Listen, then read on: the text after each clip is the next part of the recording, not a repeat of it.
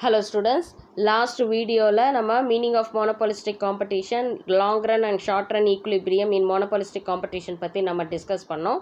இன்னைக்கு நம்ம வீடியோல wastes of monopolistic competition, அதாவது disadvantages ன்னு சொல்லலாம், இல்ல வந்து problems ன்னு சொல்லலாம், barriers of monopolistic competition இதுக்கு நம்ம சொல்லலாம். So waste of monopolistic competition பற்றி டிஸ்கஸ் பண்ண போகிறோம். இது வரைக்கும் நம்ம சேனலை சப்ஸ்கிரைப் பண்ணாதவங்க ப்ளீஸ் சப்ஸ்கிரைப் பண்ணுங்கள். பெல் ஐக்கானை கிளிக் பண்ணிவிட்டு ஆல் பட்டன் கிளிக் பண்ணிங்கன்னா நான் போடுற வீடியோஸோட நோட்டிஃபிகேஷன் உங்களுக்கு இமீடியட்டாக வரும். டிஸ்கிரிப்ஷன் பாக்ஸில் ப்ரீவியஸ் வீடியோஸுடைய லிங்க் கொடுத்துருக்கேன், அதை கிளிக் பண்ணி பார்க்கும்போது சாப்டர் உங்களுக்கு தெளிவாக புரியும். Okay, wastes of monopolistic competition 5 கைண்ட்ஸாக அவங்க பிரிக்கிறாங்க. ஓகேவா? ஸோ அதில் ஃபர்ஸ்ட் ஒன் பார்த்தீங்கன்னா ஐடியல் கெப்பாசிட்டி. ஐடியல் கெப்பாசிட்டி அப்படின்றது பார்த்தீங்கன்னா, இப்போ ஒரு ஆர்கனைசேஷன் எடுத்துக்கிட்டிங்கன்னு வச்சுக்கோங்க, அவங்க ஒரு 1000 யூனிட்ஸை அவுட்புட் கொடுக்குறாங்க, ப்ராடக்டை 1000 ப்ராடக்ட்ஸை ப்ரொடியூஸ் பண்ணுறாங்க.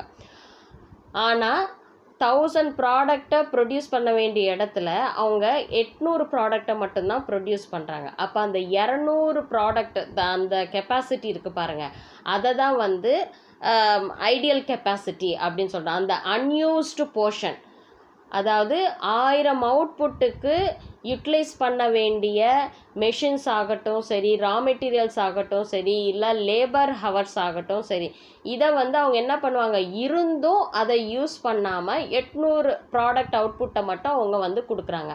அந்த அன்யூஸ்டு போர்ஷன்ஸ், அந்த 200 ப்ராடக்ட்டுக்கான அந்த அன்யூஸ்டு போர்ஷன்ஸை தான் நம்ம என்னன்னு சொல்கிறோன்னா ஐடியல் கெப்பாசிட்டி அப்படின்னு சொல்கிறோம். டோட்டல் கெப்பாசிட்டியிலிருந்து அதை ப்ரொடியூஸ் பண்ணாமல் ஒரு பர்டிகுலர் அவுட்புட்டை மட்டும் கொடுத்து அது ரெண்டுத்துக்குமே இருக்கக்கூடிய அந்த டிஃப்ரென்ஸ், அந்த அன்யூஸ்டு போர்ஷனை தான் நம்ம ஐடியல் கெப்பாசிட்டின்னு சொல்கிறோம்.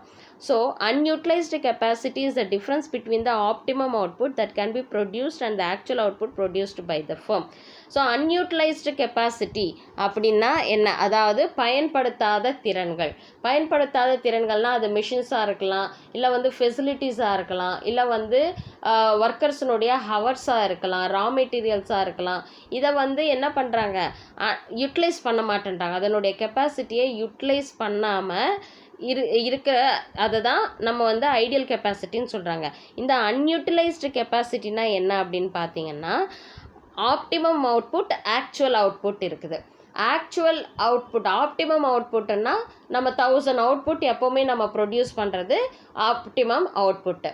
ஆக்சுவல் அவுட்புட் அப்படின்றது அந்த 1000 யூனிட்டை ப்ரொடியூஸ் பண்ணுற இடத்துல நம்ம என்ன பண்ணுறோம், 800 யூனிட்ஸ் தான் நான் அவுட்புட்டாக கொடுக்குறேன். ஸோ இந்த 1000க்கும் இந்த 800க்கும் இருக்கக்கூடிய அந்த டிஃப்ரென்ஸை தான் நான் என்னென்னு சொல்கிறேன்னா அன்யூட்டிலைஸ்டு கெப்பாசிட்டி. முழுமையாக திறனை பயன்படுத்தாமல் நான் ப்ராடக்டை ப்ரொடியூஸ் பண்ணுறேன். ஓகேவா? In the long run, monopolistic firm produces deliberately output which is less than the optimum output, that is the output corresponding to the minimum average cost. Long runல பார்த்தீங்கன்னா இந்த monopolistic firm பார்த்தீங்கன்னா வேணும்னே அவங்க என்ன பண்ணுவாங்கன்னா அவுட்புட்டை, ஆப்டிமம் அவுட்புட்டை விட, அதாவது அந்த 1000 அவுட்புட்டை விட அவங்க என்ன பண்ணுறாங்க, கம்மியாக அவுட்புட் கொடுக்குறாங்க. ஓகேவா? அதனால் என்ன ஆகும் அப்படின்னா corresponding to the minimum average cost. இது என்ன ஆகும்னா அவங்களுக்கு மினிமமான ஒரு அவங்களுக்கு ஆகக்கூடிய செலவை மினிமமாக அது ஆக்குது.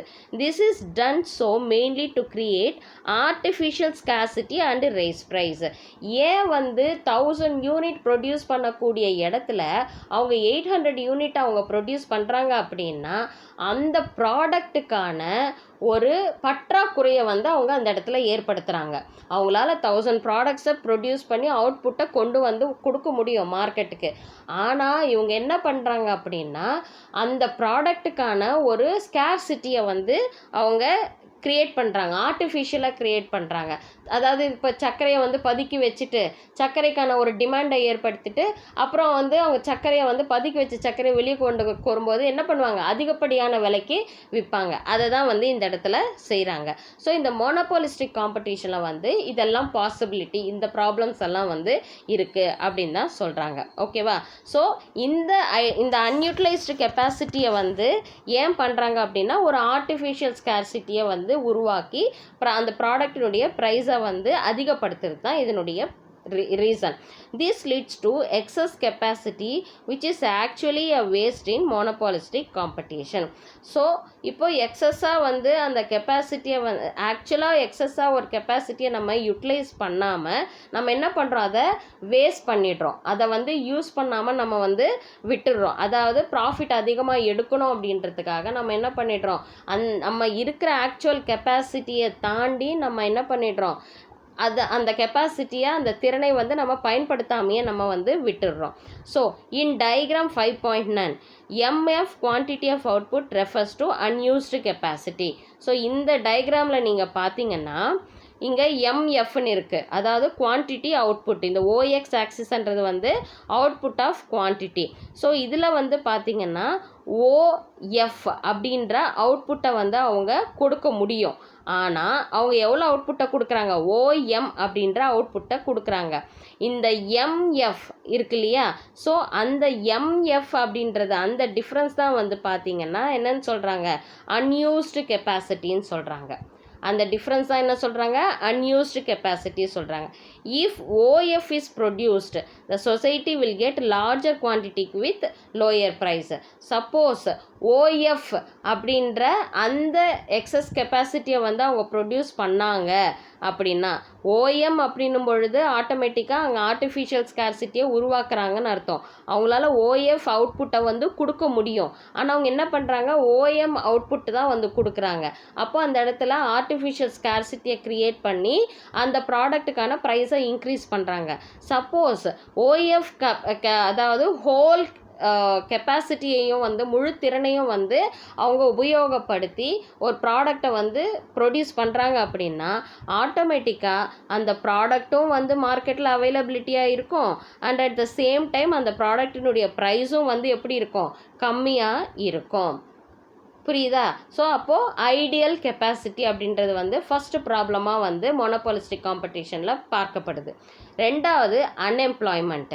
Under monopolistic competition the firms produces less than optimum output.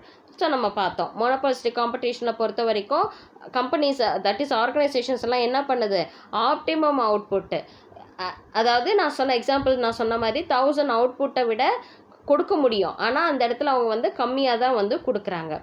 As a result, the productive capacity is not used to the fullest extent. So அவங்கக்கிட்ட இருக்கக்கூடிய அந்த கெப்பாசிட்டி, அதாவது என்ன ரிசோர்ஸஸ் சொல்லலாம், ஓகேவா, ரிசோர்ஸஸ் இந்த மெஷின்ஸ் ஆகட்டும் சரி, லேபர்ஸே ஆகட்டும் சரி, ரா மெட்டீரியல்ஸ் ஆகட்டும் சரி, லேபர்ஸ்னுடைய ஹவர்ஸ் ஆகட்டும் சரி, ஃபெசிலிட்டிஸ் ஆகட்டும் சரி, இது எல்லாத்தையுமே அவங்க வந்து என்ன பண்ணுறாங்க, முழுமையாக பயன்படுத்தாமல், ஓகேவா, ஸோ முழுமையாக பயன்படுத்தாமல் விட்டுடுறாங்க. So this will lead to unemployment of human resources also. Obviously labours work பண்ணுறதுக்கு அங்கே இருக்காங்க, ஆனால் என்ன பண்ணுறாங்க, இவங்க வந்து ஒரு ஆர்டிஃபிஷியலான ஒரு பற்றாக்குறையை ஏற்படுத்தணுன்றதுக்காக கம்மியான ப்ராடக்டை வந்து ப்ரொடியூஸ் பண்ணுறாங்க. அப்போ கம்மியான ப்ராடக்டை ப்ரொடியூஸ் பண்ணால் அதுக்கு ஏற்ப ஆட்களை வச்சு தான் அவங்க வந்து வேலை செய்வாங்க. அப்போது மற்ற ஆட்களுக்கு என்ன ஆகிடுது, ஒரு வேலையில்லாத தன்மையை வந்து இந்த மோனோபாலிஸ்டிக் காம்படிஷன் வந்து கிரியேட் பண்ணுது அப்படின்னு சொல்கிறாங்க. இதுதான் அன்எம்ப்ளாய்மெண்ட். அடுத்தது வந்து அட்வர்டைஸ்மெண்ட், செல்லிங் காஸ்ட். இப்போ ஒரு ப்ராடக்ட்டை நான் சேல் பண்ணுறேன் அப்படின்னா, இப்போ நான் அந்த ப்ராடக்ட்டுக்கான ஒரு அட்வர்டைஸ்மெண்ட் கொடுக்கறது, மீடியாஸில் அட்வர்டைஸ்மெண்ட் கொடுக்கறது, நியூஸ் பேப்பரில் அட்வர்டைஸ்மெண்ட் கொடுக்கறது, சோஷியல் மீடியாஸில் அட்வர்டைஸ்மெண்ட் கொடுக்கறது, இதெல்லாம் வந்து என்ன ஆகும்னா, நான் பண்ணுற அந்த அட்வர்டைஸ்மெண்ட் காஸ்ட்டை நான் எங்கே, இப்போ அதுக்கு பண்ணுற நான் செலவை நான் எப்படி நான் வந்து திரும்ப எடுக்க முடியும் அப்படின்னா, என்னோடய ப்ராடக்டில் தான் நான் அந்த செலவுகளை வந்து நான் இன்க்ளூட் பண்ணுவேன். அப்போ ஆட்டோமேட்டிக்காக என்ன ஆகும் அப்படின்னா, என்னுடைய ப்ராடக்டினுடைய ப்ரைஸ் வந்து அதிகமாகிடும். So there is a lot of waste in competitive advertisement under monopolistic competition. The wasteful and competitive advertisements leads to high cost to consumers. So ஒரு காம்படிஷன் இருக்குது அப்படின்னும் போது ஆட்டோமேட்டிக்காக என்ன பண்ணுறாங்க, அவங்க தங்களுடைய ப்ராடக்ட்டுக்கான அட்வர்டைஸ்மெண்ட்டை வந்து இந்த மோனோபாலிஸ்டிக் காம்படிஷனில் வந்து கொடுக்குறாங்க. இந்த மாதிரி ஒரு காம்படிட்டிவாக அவங்க அட்வர்டைஸ்மெண்ட்டை கொடுக்கும்போது என்ன ஆகும் அப்படின்னா, அதற்கு ஆகக்கூடிய செலவை வந்து அவங்க விற்கக்கூடிய அந்த பொருளின் மேலே தான் அந்த செலவையும் இருக்குன்னு திணிப்பாங்க. அப்போ ஆட்டோமேட்டிக்காக வாங்கக்கூடிய அந்த கஸ்டமர்ஸ்க்கு வந்து விலை அதிகமாக தான் வந்து அந்த பொருளை அவங்க வாங்கக்கூடிய ஒரு சூழல் வந்து ஏற்படும். It is also claimed that advertisement cheat the consumers by giving false information about the product. So அது மட்டும் கிடையாது, அட்வர்டைஸ்மெண்ட் மூலிமா வந்து பெரிய ஹைப் கொடுக்குறது அந்த ப்ராடக்ட்டுக்கு இல்லையா? அதாவது அதோடைய ஃபீச்சர்ஸ் வேறு மாதிரி இருக்கும், ஆனால் அதை பற்றின ஃபால்ஸ் இன்ஃபர்மேஷன்ஸை வந்து கொடுத்து அந்த பொருட்களை வந்து அவங்க வாங்க வைக்கிறது. ஸோ இந்த மாதிரி விஷயங்களும் வந்து அட்வர்டைஸ்மெண்ட்டில் நடக்கிறதுனால கன்சியூமர்ஸை வந்து அவங்க வந்து சீட் பண்ணக்கூடிய ஒரு சூழலும் வந்து ஏற்படுது அப்படின்னு சொல்கிறாங்க. இது வந்து 3வது பாயிண்ட்டு. 4th வந்து too many varieties of goods. So monopolistic காம்படிஷனை பொறுத்த வரைக்கும் நிறைய வெரைட்டிஸ் ஆஃப் குட்ஸ் வந்து இருக்கும் அப்படின்றத பார்த்தோம். So introducing too many varieties of a good is another waste of monopolistic competition.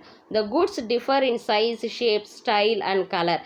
A reasonable number of varieties would be sufficient. Cost per unit can also be reduced if only a few varieties are produced in larger quantity instead of larger varieties with small quantity. அதாவது monopolistic காம்படிஷனை பொறுத்த வரைக்கும் பார்த்தீங்கன்னா different types of products வந்து அவைலபிளாக அந்த இடத்துல இருக்கும். ஆனால் ஒன்றுக்கு ஒன்று வந்து ஐடியலாக இருக்காது, ஆனால் ப்ராடக்ட்ஸ் வந்து டிஃப்ரெண்ட்டாக இருக்கும் அப்படின்றத நம்ம பார்த்தோம் இல்லையா? அதாவது அந்த ப்ராடக்ட் வந்து சைஸ்லேயோ இல்லை ஷேப்லேயோ இல்லை அந்த ப்ராடக்டினுடைய ஸ்டைலோ இல்லை கலரோ வந்து ஒன்றுக்கு ஒன்று வந்து டிஃபர் ஆகும். இது மட்டும்தான் அந்த இடத்துல டிஃப்ரென்ஸ் இருக்கும். ஸோ அதற்காக வந்து அதிகப்படியான ப்ராடக்ட்ஸை மார்க்கெட்டுக்குள்ளே வந்து இந்த மோனோபாலிஸ்டிக் காம்படிஷன் மூலிமா கொண்டு வர்றதுனால வந்து பார்த்திங்கன்னா cost per unit can also அது a reasonable number of varieties would be sufficient. அதாவது நிறைய ப்ராடக்ட்ஸை கொண்டு வராமல் அவங்க என்ன பண்ணலாம், கம்மியான ப்ராடக்ட்ஸை வந்து மார்க்கெட்டுக்கு கொண்டு வரலாம் அப்படின்றத சொல்கிறாங்க. ஸோ காஸ்ட் பர் யூனிட் இது இந்த மாதிரி பண்ணுறதுனால என்ன ஆகும் அப்படின்னா அந்த ப்ராடக்ட்டுக்கு நாம் செலவிடக்கூடிய காஸ்ட்டு வந்து கம்மி பண்ண முடியும். அதே போல் வந்து பார்த்திங்கன்னா இப்போ கம்மியான ப்ராடக்ட்ஸை வந்து ப்ரொடியூஸ் பண்ணி only a few varieties are produced in larger quantity instead of larger varieties with small quantity. அதாவது அதிகப்படியான வெரைட்டிஸை வந்து அதிகப்படியான குவான்டிட்டியில் வந்து மார்க்கெட்டில் கொண்டு வர்றதை விட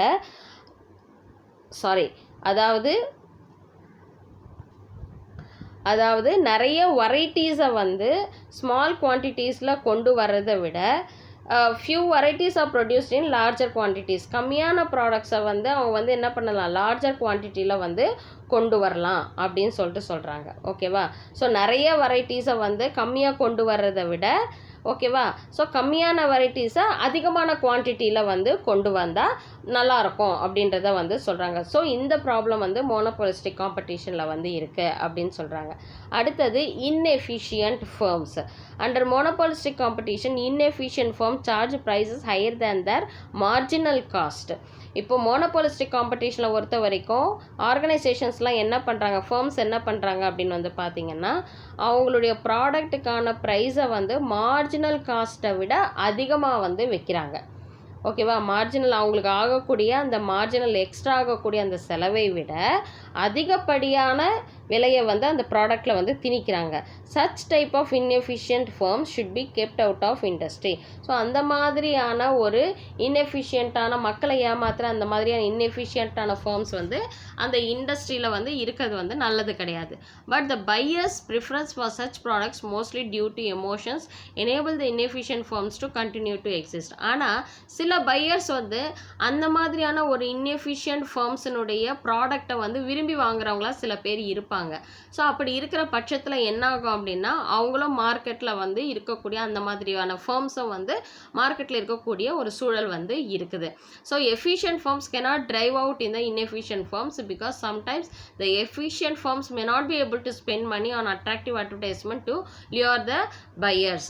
அதாவது இப்போ inefficient ஃபர்ம்ஸ் இருக்குன்னு சொன்னால் இல்லையா, அதாவது தனக்கு ஆகக்கூடிய செலவை விட இன்னும் அதிகப்படியான விலையை வந்து தன்னுடைய ப்ராடக்ட் மேலே வச்சு அவங்க ப்ராஃபிட்டை ஏர்ன் பண்ணணும் அப்படின்னு நினைக்கிறாங்க. இது வந்து எத்திக்ஸ் கிடையாது இல்லையா? எத்திக்ஸோட தன்னுடைய ப்ராடக்டை விற்கிற வந்து அந்த மாதிரியான ஃபர்ம்ஸ்க்கு வந்து பார்த்திங்கன்னா இந்த inefficient firms வந்து நிறைய அட்வர்டைஸ்மெண்ட் கொடுத்து அவங்க ப்ராடக்ட்டுக்கான நிறைய பாப்புலாரிட்டியை வந்து க்ரியேட் பண்ணுவாங்க. ஆனால் எஃபிஷியன்ட் firms வந்து அதற்கு அதிகப்படியான செலவு செய்யக்கூடியவங்களா இல்லாமல் இருப்பாங்க. ஓகேவா? ஸோ அந்த மாதிரி இடத்துல என்ன ஆகும்னா அட்வர்டைஸ்மெண்ட் அதிகம் இருக்கக்கூடிய ப்ராடக்ட்ஸுக்கு வந்து பையர்ஸ் வந்து இன்ட்ரெஸ்ட் காட்டுவாங்க. ஓகேவா? ஆனால் அந்த ப்ராடக்டினுடைய விலை வந்து அதிகமாக தான் இருக்கும். இந்த இடத்துல வந்து எஃபிஷியன்ட் ஃபார்ம்ஸ் வந்து இன்எஃபிஷியன்ட் ஃபார்ம்ஸனுடைய ஒரு கம்பீட் பண்ண முடியாத ஒரு சூழல் வந்து ஏற்படுது அப்படின்னு சொல்கிறாங்க. In reality the consumers are mostly emotional rather than rational. அதாவது இன்னைக்கு இருக்கக்கூடிய கன்சூமர்ஸை பொறுத்த வரைக்கும் பார்த்தீங்கன்னா விலை அதிகமாக இருந்தால் அது நல்ல ப்ராடக்டாக இருக்கும் அப்படின்னு நம்ம நினைப்போம். பட் அது கரெக்ட் கிடையாது இல்லையா? இப்போ வந்து சூப்பர் மார்க்கெட்லலாம் வந்து நம்ம காய்கறி வாங்குகிறோம், 10 நாளானாலும் அந்த காய்கறி வந்து கெடாது. ஏன்னா அதில் நிறைய வந்து மருந்து போட்டிருக்காங்க, அதனால கெடாது. இதுவே நம்ம மார்க்கெட்டில் போய் வாங்குகிறோம் அப்படின்னா 3 நாளையே வந்து அதில் வந்து அழுக ஆரம்பிச்சிடும். அதுதான் வந்து எந்த மருந்தும் போடாத நல்ல காய்கறிக்கு அப்படின்னு அர்த்தம். ஆனால் நம்ம என்ன பண்ணுறோம், மார்க்கெட்டில் போய் சீப்பாக அந்த ப்ராடக்டை வாங்காமல் சூப்பர் மார்க்கெட்டில் போயிட்டு 10 நாள் ஆனாலும் கெடாமல் இருக்கிற அந்த ப்ராடக்ட் தான் நம்ம வாங்குகிறோம். அப்போ நம்மளுடைய பகுத்தறிவை நம்ம யூஸ் பண்ணுறது கிடையாது. எமோஷனலாக மட்டும்தான் நம்ம வந்து திங்க் பண்ணுறோம். ஓகேவா? அதுதான் வந்து இந்த இடத்துல வந்து நடக்குது. ஓகேவா? ஸோ அப்போ என்ன ஆகுது, சின்ன சின்ன பிஸ்னஸ் பண்ணுறவங்களுக்கெல்லாம் வந்து அந்த அவங்களுக்கான அந்த ரிசல்ட் வந்து கிடைக்கிறது கிடையாது. ஆனால் சமயோஜிதமாக யூஸ் பண்ணுற இந்த இன்எஃபிஷியன்ட் ஃபார்ம்ஸ், இந்த சூப்பர் மார்க்கெட் மாதிரி அவங்களுக்கு தான் வந்து இந்த பிஸ்னஸ் வந்து கரெக்டாக போயிட்டுருக்கு. இப்போ அதுதான் வந்து நடந்துட்டுருக்கு. அதனால தான் வந்து கன்சியூமர்ஸை வந்து எமோஷ்னலாக இருக்கிறாங்க. அறிவுபூர்வமாக திங்க் பண்ணாமல் எமோஷ்னலாக மட்டும்தான் அவங்க வந்து இருக்காங்க. So rational decisions are made by mind, emotional decisions are made by heart.